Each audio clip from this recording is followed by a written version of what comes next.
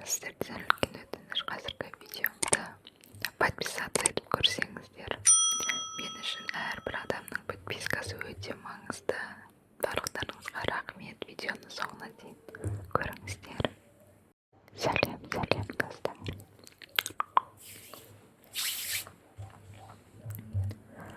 Достар, мен бүгін өзіме жан ремонт дайындап келіп отырмын. Бірінші рет үйде өзім жасап. Әдетте бұндай лапшаларды жей бермеймін, ұната бермеймін.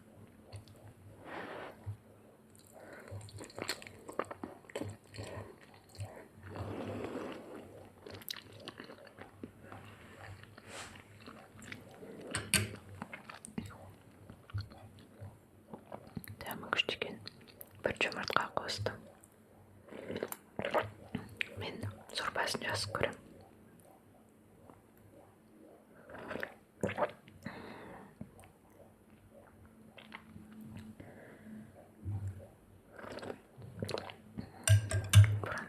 Кішкентай кезімде сорпаны, менің ойымша сорпа деген міндетті түрде құрамында күріш, яғни басқа заттар болу керек деп ойлайтынмын. Қазір жай ғана сорпаның өзін жақсы көремін.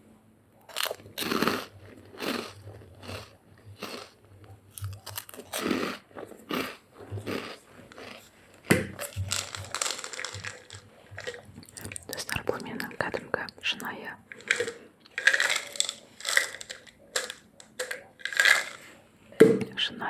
түскі асым. Ешқандай боямасыз, қалай бар солай шығып отырмын.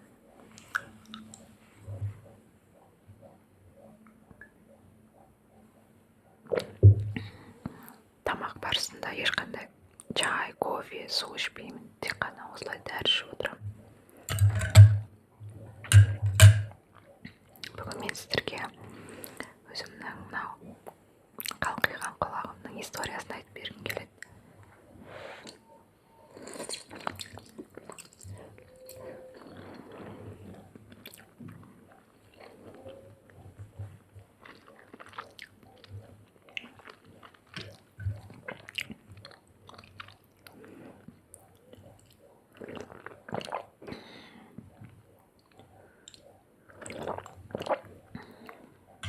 Куриный тұр екен, рамен.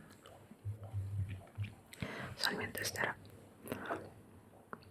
2022 жылы интернеттен бұлақты осындай, міне бұлай артқа тартып қоятын нитевая отопластика дегенді көремін интернеттен.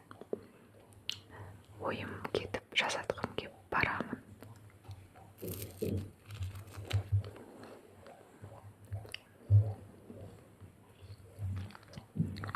Бағасы қателеспесем скидкамен болды, 40 мың көлемінде болды деймін. Барып істеттім. Міне менің құлағым осылай болды.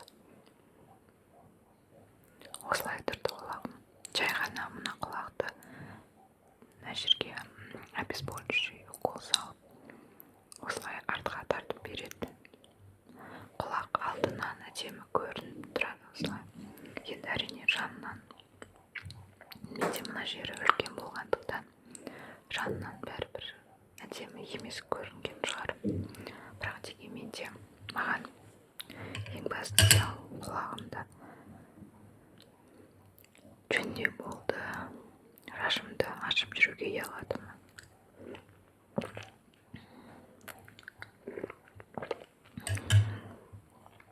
Содан 2022 жылдың жазынан бастап 25 жылдың апрель айына дейін мен сол нитевая отопластикамен жүремін. Өміріме мәз болып, бірақ достар, шынында айтайын, маған өте қатты ұнады. Себебі ол кішкентай нәрсенің өзі адамға өте үлкен сенімділік береді, яғни комплекс кетеді адамда.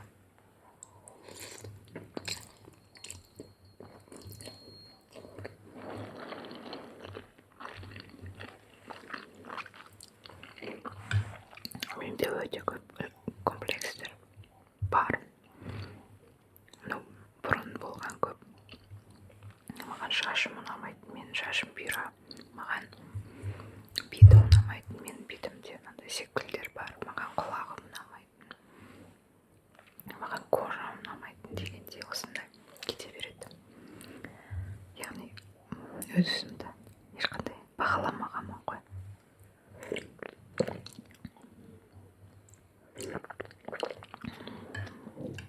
Қазір керісінше ол нәрсе азайған. Өзімді жақсы көремін, шашымды жақсы көремін. Өйткені мен шашыммен ерекшемін. Көзімді жақсы көремін. Мына жерде міне ямочкамен жақсы көремін. Тістерімнен тоже ұялатымын. Ана алдыңғы екі тіс үлкен деп. Қазір тістерім де ұнайды. Бетім секілдерін жақсы көремін, бірақ мына бір бетімде үлкен тақ енді кетпей жүр. Кетпегенде ол кету өте қиын. Өзім де білемін, бірақ осыншалықты дәрежеге жеткізіп алғаныма кішкене өткеніме өкінемін, бірақ қолымнан келген нәрселерді жасадым. Осы нәрсе үлкейе бастағаннан бері бірақ ешқандай нәтижесі болған жоқ.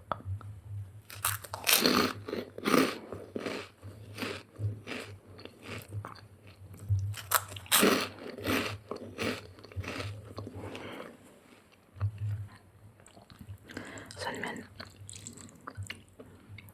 құлағымды істетіп келген күні түнде қатты ауырды.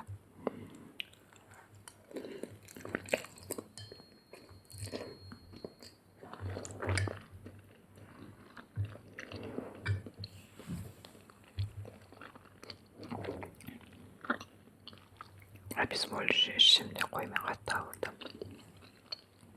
Сонда менің жанымда адамдар таңқалған. Бұның бәрі не үшін жасап жатсың, не керегі бар? Сен құлағың ешқандай да үлкен емес қой, әп-әдемі.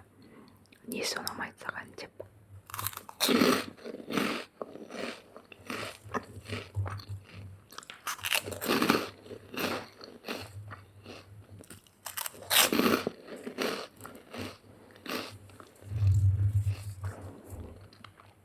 Сіздер де жаза кетіңіздер, қандай комплекстеріңіз бар. Менің ойымша комплекс бұл норма нәрсе.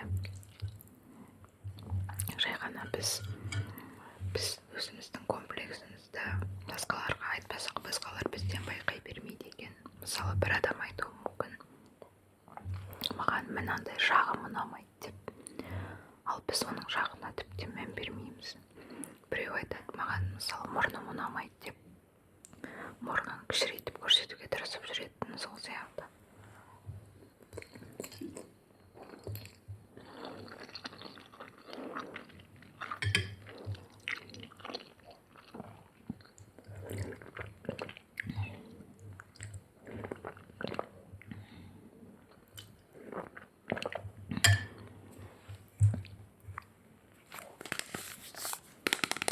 Омега же.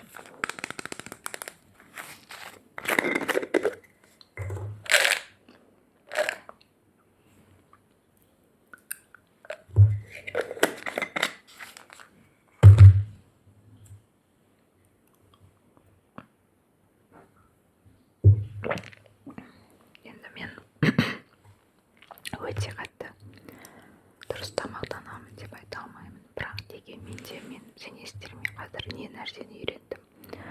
Тек қана 3 мезгіл тамақ жеуді үйрендім. Яғни арасында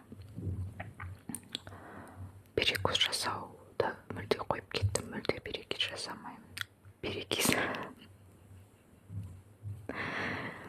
Перекус.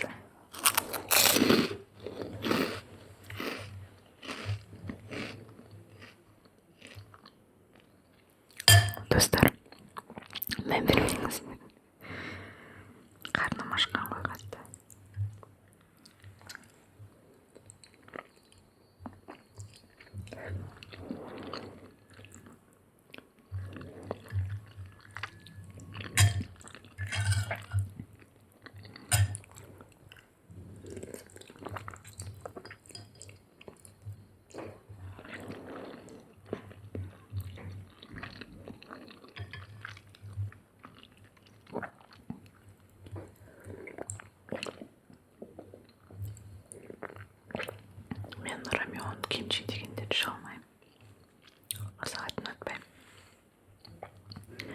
сүйікті лагман жақсы көремін.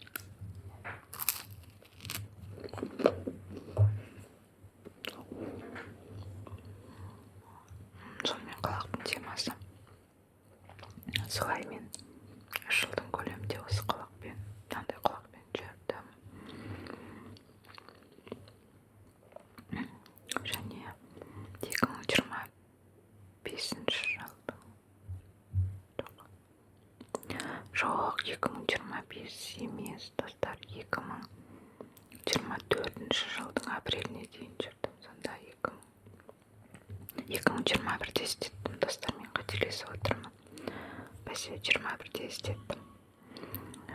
24 жылдың апрелінде емес, февральда бастап және бір құлағым, мына құлағым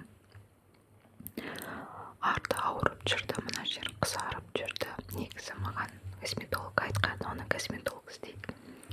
Косметолог айтқан 10 жылға дейін тұрады, тіпті ол сіздің кожаңызға сіңіп кетуі мүмкін деп.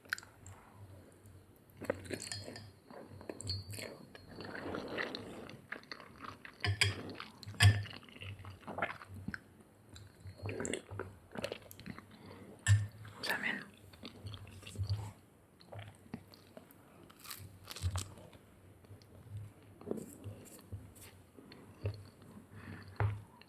бәрі жақсы болып жүрген. Содан бір күні қарасам, мына құлағым қызарып бастады, ауырып бастады.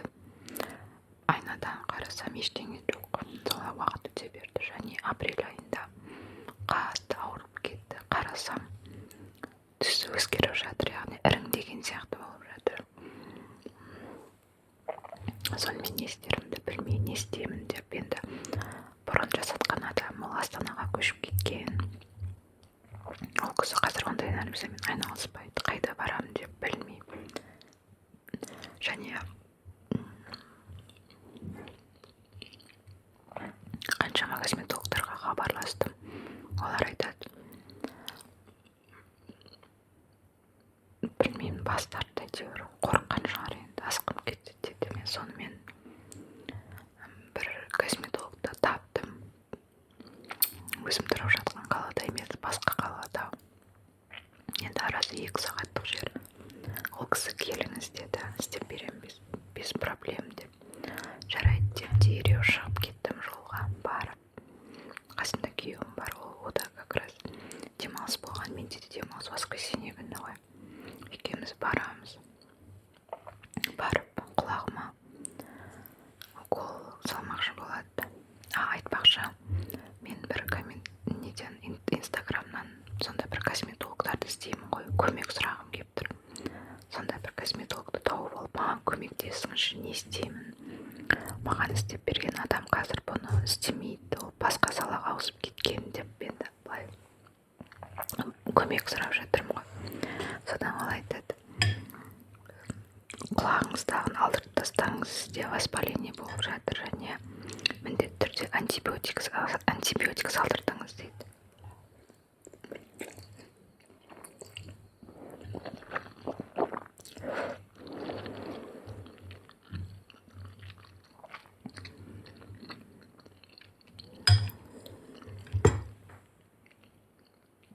Сонда көбісі антибиотик салудан қашады ғой. Жай ғана алып береміз деп, бірақ енді мен қорқып тұрмын, асқынып кетеді деп.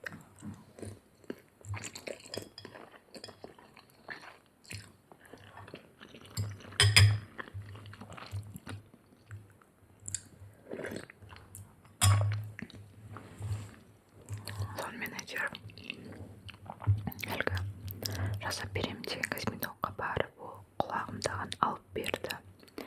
Енді қараңыз, бір құлағымдағы, ауырып тұрған құлағымдағын алып берді ғой. Екінші құлағымда ол тұр, ол мүлде ауырмайды. Енді менің қараңыз, бір құлағым былай жүрмеймін ғой. Мынаны алып тастаймыз деді. Сосын укол салып беремін деді. Біз өзіміз антибиотик алып келдік аптекадан. Содан сен естер ма? Менде өмірімде ешқашан дәріге аллергия болмаған. Сол антибиотикқа аллергия болды ғой менде.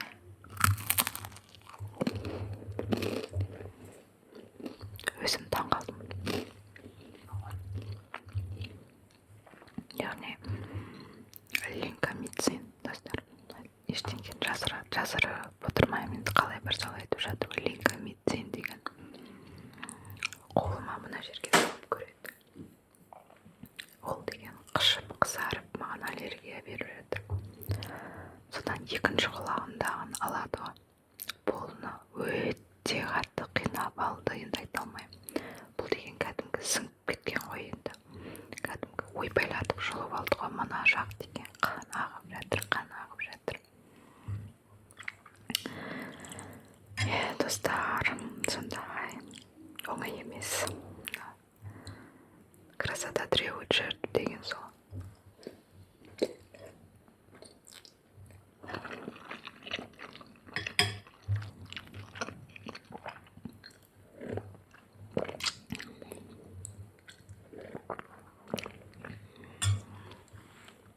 Бұл жерде сонымен құлағымдан алуын алды, бірақ әрі қарай не істерімізді білмей қалдық. Өйткені салам деп отырған укол маған болмай тұр. Сонымен не істерімізді білмей аптекаға кеттік. Аптекаға барған кезде аптекадағы кісі өте ашық, көңіл кісі екен. Әкел, мен саған салып берем, тағы бір тексеріп көреміз деп. Сол жерге отырғызып, жатқызып мені. Процедурный кабинеті бар екен.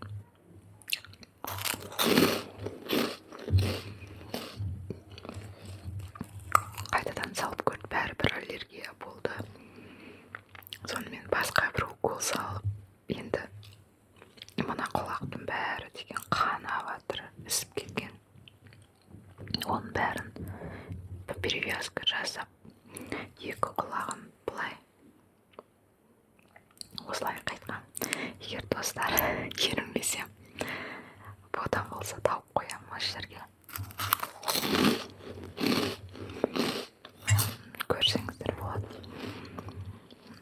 Сөйтіп 3 күн жұмысқа бара алмай қалдым. Жұмыстағыларға ескерттім. Сонымен 3 күн дегенде айтпақшы, мен ол кезде күйеуім жұмысқа кетіп қалды, үйде болған жоқ. Мен жалғыз өзіме перевязка жасай алмаймын. Мына артқы жағы ғой. Сонымен інімнің үйіне барып, солармен бірге тұрдым.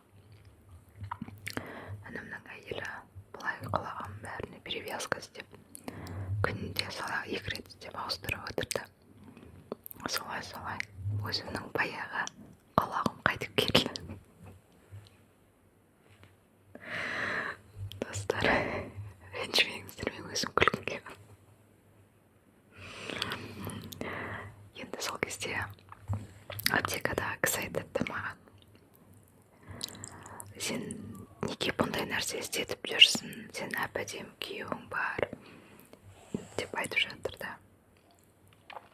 Істетпе бұндай нәрсе енді деп қояды. Сосын мен айтамын да, мен оны күйеуіме істеткен жоқпын ғой. Біздер әйелдер бір нәрсе істесек, негізі оны барлығы еркек үшін деп ойлайды. Негізі ол еркек үшін емес, ол ең алдымен өзіміз үшін, өз-өзімізді қабылдау үшін ғой. Ол өз-өзімізді көбірек жақсы көру үшін. Енді еркек үшін істететіндер бар, ол бір 20-30% шығар, бірақ 70% қыз-келіншектер өздеріне өзгерісті, ол өз-өздеріне көңілі толмағандықтан істетеді.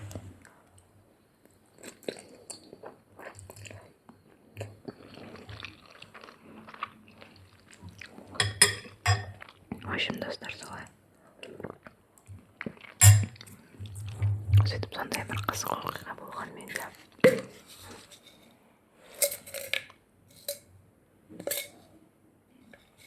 Бітті. Соңғысы тағы сатып алу керек. Ақшасы 30 мың тұрады.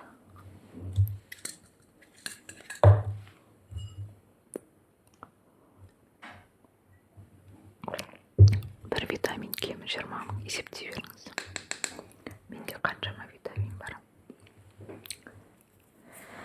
Жарайды, ең бастысы денсаулық.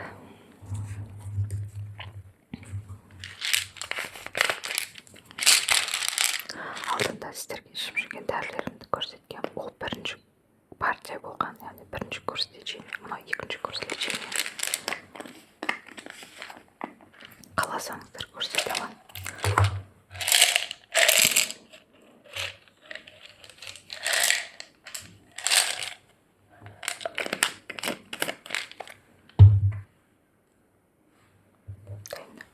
Қазір ұмытып кетуім мүмкін.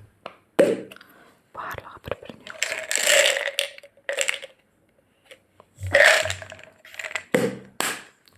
Сол себепті шығарып қоймасам ұмытып кетемін, жадасып қаламын. Сондай қызықтар болған достар. Сіздер де айта кетіңіздер, қандай нәрсе өміріңізде болды, бір өзгерткім келеді деген нәрселеріңіз болса, комплекстеріңіз болса айтсаңыздар.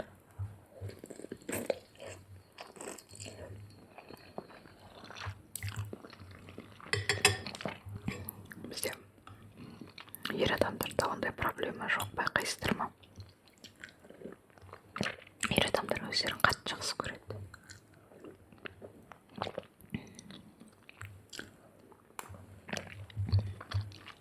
Себебі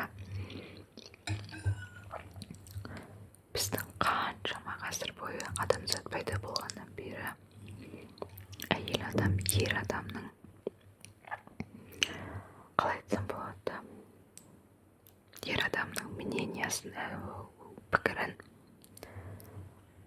үнемі алға тартып отырған, пікірін санасып отырған. Яғни әйел адамға ол қаншалықты әдемі болып тұрса да, сұлу болып тұрса да, мың жерден красавица болып тұрса да, оған ер адамның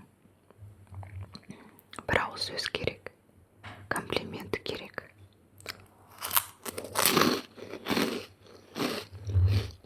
Ол бізде қалыптасып қалған установка, яғни әйел адамдар өздерінің сұлулығын ер адамдар арқылы, бір етістік бар еді, ұмытып тұрмын, ер адамдар арқылы мақұлдап отырады. Міне.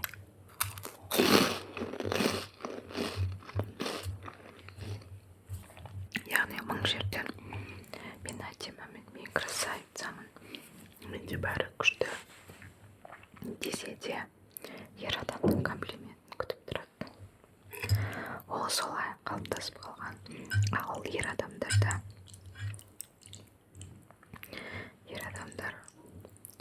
олар кішкентай кезінен самооценкалар топ болып өседі ғой.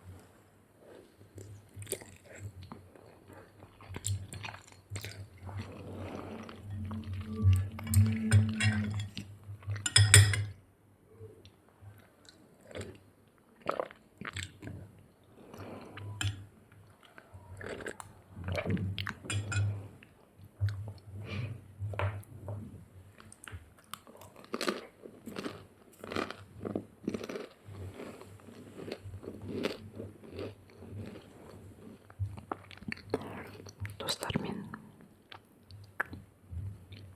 көзіме де операция жасатқан.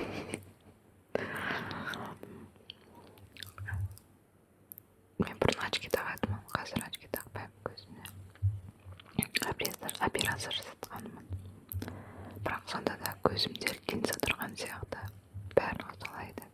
Өзімнің жаратылысым сондай, көзім сондай. Келесі жолы сіздерге балталка жасап айтып берейін есімім туралы. Сіздер жаза кетіңіздер. Төменге комментарийге жаза кетіңіздер. Мені толық тыңдап отырғандарыңызды сезінгім келеді. Бәрін көрем, бәрін оқимын, комментарийдің бәрін қараймын. Теріс комментарийлар, бірақ сындарды қабылдай алмаймын, сразу айтайын. Ондайға үйренбеген екенмін. Және мен туралы басты бір ақпарат айтайын ба достар, мен өзімнің видеомды мүлдем қарай алмаймын, ұяламын. Білмеймін, маған өзіме ұнамайды.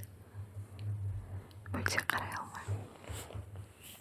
Достар, бүгінге осы мында қалды, бірақ мен оның бәрін жей алмадым. Мұнда бір-екі дәрін жем, сонымен кетуім керек. Барлығыңызға сау